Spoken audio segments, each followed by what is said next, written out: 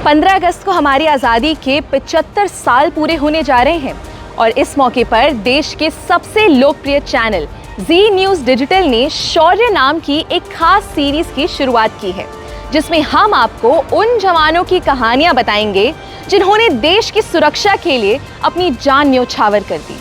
आज मैं पलक यादव आपको 1999 के करगिल युद्ध के हीरो और परमवीर चक्र विजेता कैप्टन मनोज पांडे की कहानी बताऊंगी, जिन्होंने सरहद पर देश की रक्षा के लिए हंसते हंसते जान न्योछावर कर दी।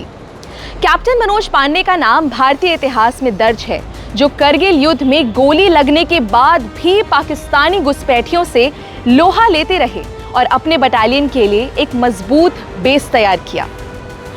कैप्टन मनोज पांडे ने परमवीर चक्र के लिए ही सेना ज्वाइन की थी। कैप्टन मनोज पांडे गोरखा राइफल्स के पहले बटालियन के जवान थे और बहुत कम लोगों को इस बात की जानकारी है कि उन्होंने परमवीर चक्र के लिए ही भारतीय सेना में अपना कदम रखा था। एनडीए के इंटरव्यू के दौरान जब मनोज पांडे से ये पूछा गया कि आखिर आर्मी क्यों ज्वाइन करना चाहते हो, तो उन्होंने मुस्कुराकर इंटरव्यू पैनल को बताया कि परमवीर चक्र के लिए वे सेना ज्वाइन करना चाहते हैं। उनके इस जवाब से पैनल में मौजूद सभी लोग हैरान रह गए और पूछा कि तुम्हें पता भी है कि परमवीर चक्र कब दिया जाता है? इस पर मनोज पांडे ने अपने जवाब में कहा, हाँ, मैं जानता हूँ कि परमवीर चक्र बहुत से लोगों को मरणोपरांत मिलता है, लेकिन मैं कोशिश करूँगा कि ये मुझे जीवित रूप में ही मिल जाए। गोली लगने के बाद भी पाकिस्तानी बंकरों को किया नष्ट। गोरखा राइफल की पहली बटालियन के कैप्टन मनोज पांडे करगिल युद्ध के दौरान लद्दाख के बटालिक सेक्टर में तैनात थे और उन्होंने जुबार टॉप पर कब्जे के लिए अपनी जान की परवाह किए बिना दुश्मनों को धूल चटाई थी। कैप्टन मनोज पांडे दुश्मन की गोलीबारी के बीच भी आगे बढ़ते रहे और कंधे व पैर में गोली लगने के बावजूद दुश्मन के बंकर में घुस गए।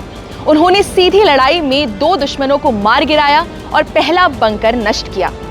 गोली लगने के बाद कैप्टन मनोज पांडे काफी तकलीफ में थे, लेकिन इसकी परवाह किए बिना वो आगे बढ़ते रहे और दुश्मन के बंकरों पर हमला करते रहे।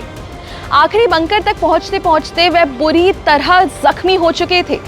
दुर्भाग्यवश 3 गोलियां मनोज पांडे के हेलमेट को चीरती हुई उनके सिर में घुस गई और वो शहीद हो गए। हालांकि उन्होंने अपनी बटालियन के जवानों के लिए एक मजबूत बेस तैयार कर दिया था और गोरखा राइफल के जवानों ने दुश्मनों को चुन चुन कर मौत के घाट उतार दिया और खालूबार पर कब्जा कर लिया। खालूबार पर कब्जा करने का असर ये हुआ कि पाकिस्तान के पास जितने भी डिफेंसिव पोजीशन थे वो उन सब को संभाल नहीं पाए और दूसरी चोटियों से भी उन्हें भागना शुरू करना पड़ा। मरणोपरांत मिला सेना का सर्वोच्च मेडल परमवीर चक्र। परमवीर चक्र पाने का कैप्टन मनोज पांडे का सपना तो पूरा हुआ, लेकिन ये उस मेडल को लेने के लिए इस दुनिया में नहीं थे। कैप्टन मनोज पांडे के अदम्य साहस के लिए उन्हें मरणोपरांत सेना का सर्वोच्च मेडल परमवीर चक्र से सम्मानित किया गया। ये पदक कैप्टन मनोज पांडे के पिता गोपी चंद पांडे ने 26 जनवरी 2000 को तत्कालीन राष्ट्रपति KR नारायणन से ग्रहण किया था। अभी के लिए बस इतना ही, और ऐसे साहसी जवानों की रोचक कहानियों के लिए देखते रहिए जी न्यूज़ डिजिटल।